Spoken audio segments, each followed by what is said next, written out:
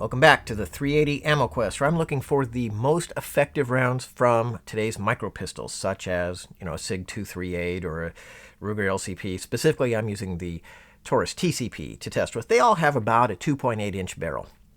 And today's candidate is Cor-Bon. Now, I've tested just about everything else, but I haven't had my hands on any of this stuff yet. I got it now. The Cor-Bon 90 grain jacketed hollow point. I believe they just call this their self-defense line. 380 auto 90 grain JHP. Interestingly, they list the velocity at 1050 feet per second and the energy at 220 foot-pounds. That's a little hotter, a little higher than most 380s will list. I don't think it's plus P. It doesn't say anything about plus P, but I think it's probably loaded up to the limit to be as hot as a 380 round will be. Looking at the bullet, it doesn't look like any other bullet. This may be a Cor-Bon original design. If it looks like anything, it almost sort of looks a little bit like a Hydroshock in the fact that it has what appears to be a little post in there. It's definitely not, an XTP, so I am very interested to see how this round performs. Very heavily crimped. You can see here on the case, it's really crimped in there. I am looking forward to this because Cor-Bon has a great name, and if we have a different style bullet and it's loaded hot, maybe we'll get the great performance we're looking for. Let's go find out.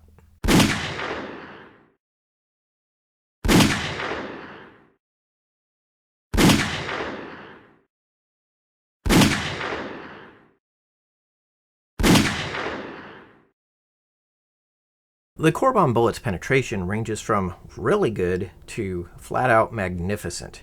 The shortest bullet was a little short. It was 11 1/4, but after that it's all good. We had one at 12 inches, one at 13 inches, one at 15.5 inches, and one at 16 inches. Given that context, I think we can forgive the 11 1/4 because overall, it's a really excellent performance. 4 of the 5 did definitely show significant expansion. This one didn't expand much, but the petals peeled back, and that made a nasty, sharp, cutting profile.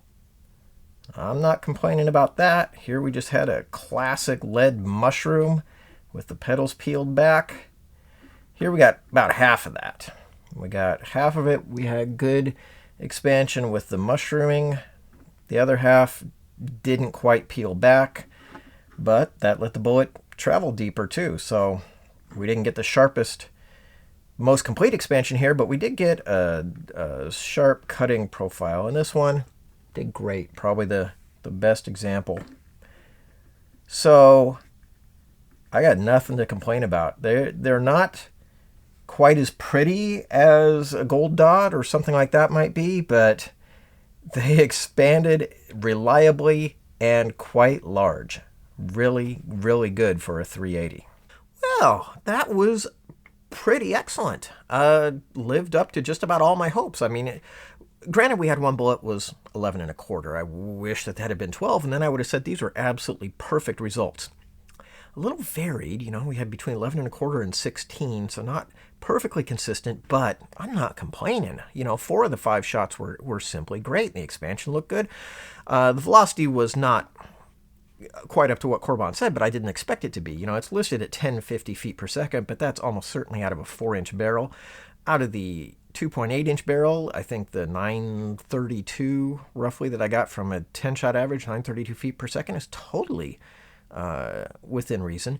So, you know what? I am going to push these straight into the final round right here in this video. I'm not going to make you wait for another video to find out how it does in the ballistic gel through the denim. We're going to go ahead and test that right now because if it does as well as this just did, I think we have ourselves a winner. Let's find out.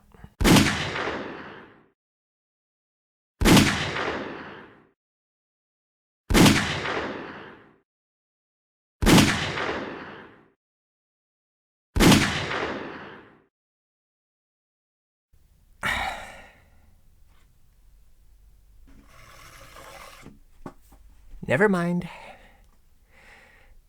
Yeah, that was disappointing.